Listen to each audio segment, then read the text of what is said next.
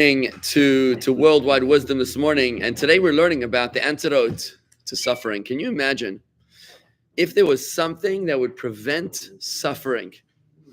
If there was some sort of a repellent to challenges, to troubles in your life, you'd think that you would want to engage that. Well, today's Torah portion tells us the antidote to suffering. Let's explore what happened over here. We're talking in the portion about the dramatic encounter between Judah and Joseph. It's Parshas Vayigash. It's the second last portion, the penultimate portion of the book of Genesis. And it's high drama. Joseph is now the prime minister of Egypt. He's the second most powerful person in the entire world. And his brothers, who had so tormented him when they had sold him as a slave, 22 years earlier, because of his dreams that he had dreamed that they would bow down to him. Now they were actually bowing down to him because he's the ruler of Egypt, and they are coming hat in hand searching for food because of the great famine. What happened was that through a carefully engineered narrative, Joseph manages to kidnap Benjamin, basically, his only full brother, without ever disclosing his identity. And now he has kidnapped Benjamin. He's framed him with some sort of a crime that he didn't commit. And he tells the brothers, sorry, folks, this guy's going to be here, my slave, and you guys go back to your father. And now Judah steps forward. Judah, the future monarch of Israel, and he says, that's not going to happen. Sorry, but that's not going to happen. I'm going to be the slave instead of him. But you are not going to take this boy, who at that time was not a boy. He was in his 30s. I think he was 32 years old, 30, maybe 31 years old. At that point, Judah says, that's not going to happen. I personally guaranteed him to his father, to our father. I'm not going to do the same mistake that happened with his older brother, his full brother, not knowing that he was talking to Joseph, the full brother. And he effectively stands so firmly and so courageously in favor of Benjamin that Joseph now feels that the brothers have done their full teshuvah, their full repentance. And he breaks down in tears. He reveals himself to his brothers, comes out of the closet. He said, Ani Yosef, I am Joseph. Is my father still alive? And thus begins the story of the Jewish people suffering in Egypt. Because at this point, Joseph says, listen, there's a famine in the land. Come on down. Bring dad. And what he does is he sends wagons, he sends gifts back to his father in the Holy Land. He sends his 11 brothers back to Israel to bring back their wives and families, to bring back Jacob. There were a total of 70 souls that descend into Egypt. And now they're living in the fat of the land, in the land of Goshen. This is the Palm Beach of Egypt. They're living in the land of Goshen. And thus begins the story of the Jewish slavery in the land of Egypt, which, by the way, was already prophesied prior. Joseph's great-grandfather, who was Abraham. Abraham had a rendezvous with God Almighty. Is that the right word? He had a rendezvous. He had a dream. And in this dream, it was called the Covenant of the Parts. God reveals himself to Abraham, and he says, Abraham, I want you to know, here's the memo on what's coming up. Your descendants will be slaves in a foreign land. They will be enslaved for 400 years, abused by their hosts for 400 years. Now, again, God didn't ask Abraham if he was in for the action. He just said, heads up. Yes, it's coming up. So there was a plan for 400 years for the Jewish people to be, in a foreign land.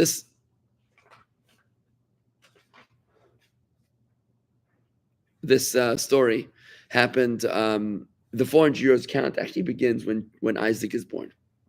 That's actually when the count begins, when Isaac is born in the year 2048, since the creation of the world. 2048 years since the creation of the world. 400 years later, 2448, is when the Jewish people come out of Egypt. Now, how many years were they actually in Egypt? It was actually 210 years. Thank you, Toby. They were actually in Egypt only 210 years. But let me ask you another question. How many years were they actually abused in Egypt? No. It began with the birth of Miriam. Miriam is the daughter of Moses. Sorry, sister. So older sister of Moses. Right. So let's do a little family tree here, right? You got Abraham, Isaac, Jacob. Jacob has a son called Levi. He's a brother of Joseph. Levi has a son called Kehat. These are the guys that carried the holy parts of the temple. Kehat has a son called Amram, and Amram has 3 children: Miriam, Aaron, and Moses. Okay, so let's see what happens. So this now, what was that? I think that was 7, 8, 9. I think it was 9. No, 8. That was 7 generations. Sorry, 7 generations from Abraham. It was only at the birth of Miriam that the actual suffering in Egypt begins. Why is that? Miriam, her name is Miriam, which means bitterness. Mar means bitter. She was named Miriam because her parents had this prophecy, this intuition, like all parents, by the way, have whenever they name their children. There's a prophecy that happens, which is, the prophecy that happens is the prophecy that of the destiny of this child. That's the prophecy that happens when a child is born, when a child is named by the parents. It's a subconscious, subliminal prophecy why they're drawn to a particular name. So why did Amram and Yocheved name their daughter Miriam? The reason was because they understood intuitively that this was Mar, bitterness was about to begin. And this is when we hear about the brunt of the terrible suffering of the Jewish people in Egypt. It was 86 years it was from the birth of, because Miriam was 86 years old when they came out of Egypt. Miriam was 86 years old when they came out of Egypt. So what happened here is that it was only when Miriam was born that the real suffering began. So if you take 86 years off of 210, I'm not sure what the exact number is, accountants, please. 86 taken off of 210, you'll know that these were the years that the Jewish people were in Egypt and they weren't suffering. Why were they not suffering? Because they were doing something else. There was something else that the Jewish people were engaged in, which is the repellent of suffering. The antidote to suffering. And that's something which we're about to encounter in today's Torah portion, which I'm excited to introduce you to. Take a look in the Chumash today on page 287. Joseph has invited his father Jacob, to come down to the land of Egypt to live there in Goshen, in the fat of the land, bottom of page 287. On page 287, we're encountering all the names. Take a look at the top of the page. Yeah. These are the names of the children of Israel. Remember, Israel was Jacob, who came down to Egypt, like Jacob and his sons. Jacob's firstborn was Reuven. It goes through the 70 names. At the bottom of the page. He had sent Judah ahead of him to Joseph to make advanced preparations in Goshen. This is the actual verse. Jacob sends Yehuda, to make advanced preparations in the land of Goshen. What was the purpose of the advancement of Judah there? So the commentaries say, and you see this is in the non-bolded letters, chief amongst those preparations was setting up an academy for the study of Torah, to which Jacob's family would be able to turn for instruction in God's ways, and only then they arrived in Goshen. Okay, so that's what I wanted to point out to you. Rashi points out, if you look in Rashi, the Hera Stefanov, I'm going to read it in the actual Hebrew on 286. It's in the middle. You see the Rashi section, page 286. It's in the Hebrew. So the very last 3 lines of the Rashi, Lahoris Lafanav Kesar Gumai. Rashi says that it's exactly as it sounds. He sent him ahead of him to teach ahead of him, to prepare a space. A place to figure out the way to settle the land. Lefanov, ahead of him, before he got there, but the Medrash says, Lefanov, to teach ahead of him means not only to prepare, to be his butler, his governor, to know how to handle his executive assistant, but rather Lefanov means to build for him a house of Torah study, that from there, teaching will emerge. From here we see that the tribes were deeply engrossed in the study of Torah. Now, we know that the tribes were studying Torah. We know that many of the early Jews were studying Torah. Do you remember that Joseph was separated from his father for 22 years, right? Why was he separated from his father for 22 years? Because Jacob himself was separated from his father, Isaac, for 22 years. Really, that was when he ran away from Esau, was trying to kill him. But really, he wasn't away from his father for 22 years. He actually was away from his father for 36 years, when you do the math of the various ages. Jacob was away from his father for 36 years. What are those missing 14 years? Those missing 14 years is the 14 years that he went to the yeshiva of Shem and Aver, which is the sons of Noach, in order to study Torah from them. The time that Jacob spent studying Torah, 14 years, that was not counted as part. Yes, that was not counted as part of the time that he was punished for. 22 years that he was away from his father, he was punished with the disappearance of his own son Joseph. But the 14 years that he was studying Torah, that he wasn't punished for. Why were they studying Torah? We know that Noah was studying Torah. How many animals did Noah bring into the ark? 2 of each animal and 7 pairs. That's 14 of the kosher animals. How did he know which were the kosher animals? He had access. He had access to divine wisdom. We know that Jacob laid tefillin. We know that Abraham baked matzah. Matzah, that's interesting. Abraham baked matzah. Matzah wasn't even invented yet. I mean, seriously, the Jews didn't come out of Egypt yet. He obviously understood the spiritual power of the matzah, the energy of the day when it was Sukkot. We know that Abraham obviously did a bris. These were spiritual energies that they were aware of, and they were studying Torah from the hands of the prophets. Even though they weren't actually given a book by God, they were still able to be privy to God's wisdom, which actually happened through the fact that God spoke to Adam and Noah and people like that, and people like Abraham, Isaac, and Jacob. God was having regular conversations with them. There was a lot to unpack from each of those conversations. Now, as long as the Jewish people in Egypt were studying Torah, there was no slavery. The reason was that, anybody did the math for me over there on 210 minus 86? 124, thank you very much. The reason why the first 124 years that the Jewish people were in Egypt, there was no slavery, is because at that time, all of the Jewish people were still studying Torah. In fact, 124 years after Jacob enters the land of Egypt is when his last son passes away. The last son of Jacob passed away 124 years after entering into Egypt, and his name was Levi. Levi was the last of the actual 12 brothers who died in Egypt. 124 years later, which means that as long as the Jewish people were studying Torah, they were protected from slavery. And it was only when they stopped studying Torah that then slavery initiated. And that's a very, very fundamental and powerful concept. It's not even Kabbalistic. But let me put it to you this way, that Chassidus explains to us that the purpose of our troubles is in order to mitigate our ego. That's it. The purpose of our suffering is in order to mitigate our ego. The question is, are there other ways to mitigate our ego? The best way to mitigate our ego, actually, is through the study of Torah. Why is that? What is Torah study? What is Torah study? Now, we're learning in the Daily Tanya, and I want to encourage you to join me in the study of the Daily Tanya. I do it every day on this channel, youtube.com/Jewish Gardens. Just look at the playlist called The Personal Tanya. The Personal Tanya, it's on the live link. It's posted sometime during the day when I have time. And it's a Tanya in 5 minutes. In the Daily Tanya of today and of yesterday, we're learning about the fact that Torah is actually one with God. There is no such unity elsewhere in the world. Torah and God are one and the same. Is what the Zohar says. Torah and God are one. And in fact, the very first word of the Ten Commandments, the very first word in God's business card, so to speak, is Anochi I. Anochi I is actually an Egyptian word, which has an acronym, says the Kabbalah, which stands for Ano Nafshi Ksavis Yehavis. I, my essence in my writings have infused.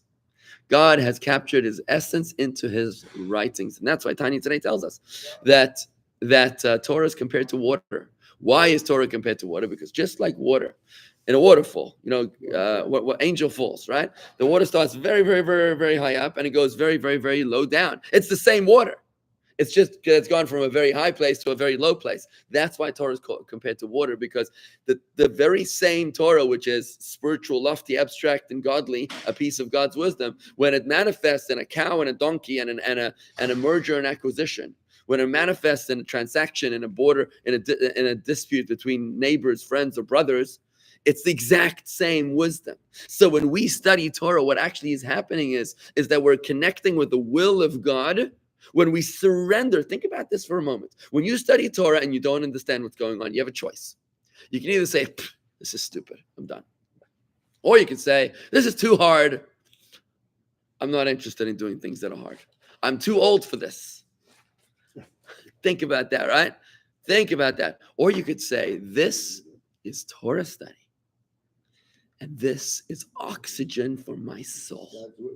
You know how hard it is to study every single day? You know, I mean, look, for me, I'm a little ADHD, maybe a lot. It's a little difficult for me to do the same thing every single day at the same time. I mean, this is actually sometimes superhuman for someone like myself. And I don't think that I'm unusual from other people. I think that consistency doesn't come all that easy for us. And you know, for me, I often find that I've got my daily Chayenu, the daily Maimonides, the daily Tehillim, the daily Tanya, the daily Chumash, the daily Yom Yom, then you throw in the daily Talmud, right, and the daily Chasidus. Your head's exploding. And sometimes it's like last night, it was 1 o'clock in the morning, and I'm like, I haven't finished my studies. And I'm not going to bed until I finish my studies, and I wasn't in the mood. So I was kind of like grappling. I was forcing myself. I think I got to bed sometime after 2. Exactly. So I toiled in Torah. Not because I was trying to do something to serve my ego. I was actually doing something to break my ego. That's exactly what was going on. I had no choice. I'm like, listen, I want to go to sleep. I ended up sleeping 4 hours last night, I think. And there was nothing I could do about it because I needed to surrender myself before Hashem. And this is our attitude of how we study Torah. Torah is not just what's in it for me. Everything we do, many people, they tell me, WIFM. WIFM is an acronym for what's in it for me. This is what they want to know. What's in it for me? WIFM. And I look at them, I'm like, I don't even understand. Why is it about you? Why? Rabbi, why should I tefillin? What's that going to do for me? I'm like, that's the problem. The problem is your premise. What you need to do is you need to break your ego. And if you don't break your ego yourself, God is going to have to force you to force place. Like an insurance. You know, if you fail to pay your insurance, then they force place an insurance on you. Right? And they're like, it's much more expensive. It's just not worth it. So in the same way, if you don't break your own ego yourself through Torah study, it's such a beautiful way to break your ego. Such a beautiful way to surrender yourself. You know, after the sin of the tree of knowledge of good and evil, Adam and Eve, they ingested ego within themselves. This is the story of good and evil. This is awareness. Remember, the first thing that happened after Adam and Eve, eat from the fruit of the tree of knowledge, eat from the fruit of the plant of higher consciousness, is they discovered their own shame. They're suddenly self-aware. They need to cover themselves with a fig leaf, right? They're self-aware. They become ego. Now we got to break that ego. And that's why God says straight up in the Torah, listen, if you guys are self-aware, you're going to have to, by the sweat of your brow, you're going to eat bread. The sweat of your brow, you're going to eat bread because you got to mitigate that ego. And you're going to have trouble with raising kids and having kids, right? And you have marriage problems. I mean, this is straight up in the Bible. It says that troubles and challenges and problems were introduced the moment we introduce ego into our lives. As Jews, we know the way we can get around that is through studying Torah and doing Torah study more than you're comfortable with on a quantity level and on a quality level. When you study Torah like that, you say, look, I right now want to do X, but because it's my daily schedule, I'm gonna do what? I'm gonna study Torah. You're breaking your ego. And then you say, well, I'm just gonna read it. I'm gonna rip through it. I'm gonna read it. You say, no. I understand this. You know how hard it is? It's 2 o'clock in the morning. And you're like, you have no patience to think about anything right now. You'd rather just doom scroll through YouTube or something, right? And what happens? You say, no, I have to understand the difference between this cow and that cow and why the law is like this and not the law is like that. It's 2 o'clock in the morning, right? When you do that, you're surrendering your desire before that of God. And when you do that, you've already mitigated your own ego. There's no need for God to mitigate your ego, right? And that's why it says in the Torah, in the portion of Bechukosai, the very last portion of the book of Vayikra, Leviticus, it says, if you toil in the study of my Torah, you'll make a living with ease, right? The rains will come in their time. There'll be peace in the land, no war. You won't need to have war because this is the antidote to suffering. As long as the Jewish people were studying Torah in the land of Egypt, the Abrahamic prophecy that there was going to be suffering didn't need to kick in because there already was suffering. They were already studying Torah. But the moment that they weakened in the study of Torah, they get comfortable. The moment they got comfortable, God says, okay, I got no choice. Bring it on. The lesson to us is so clear and apparent. We're going through tough times, folks. The world is a dark, dark place right now.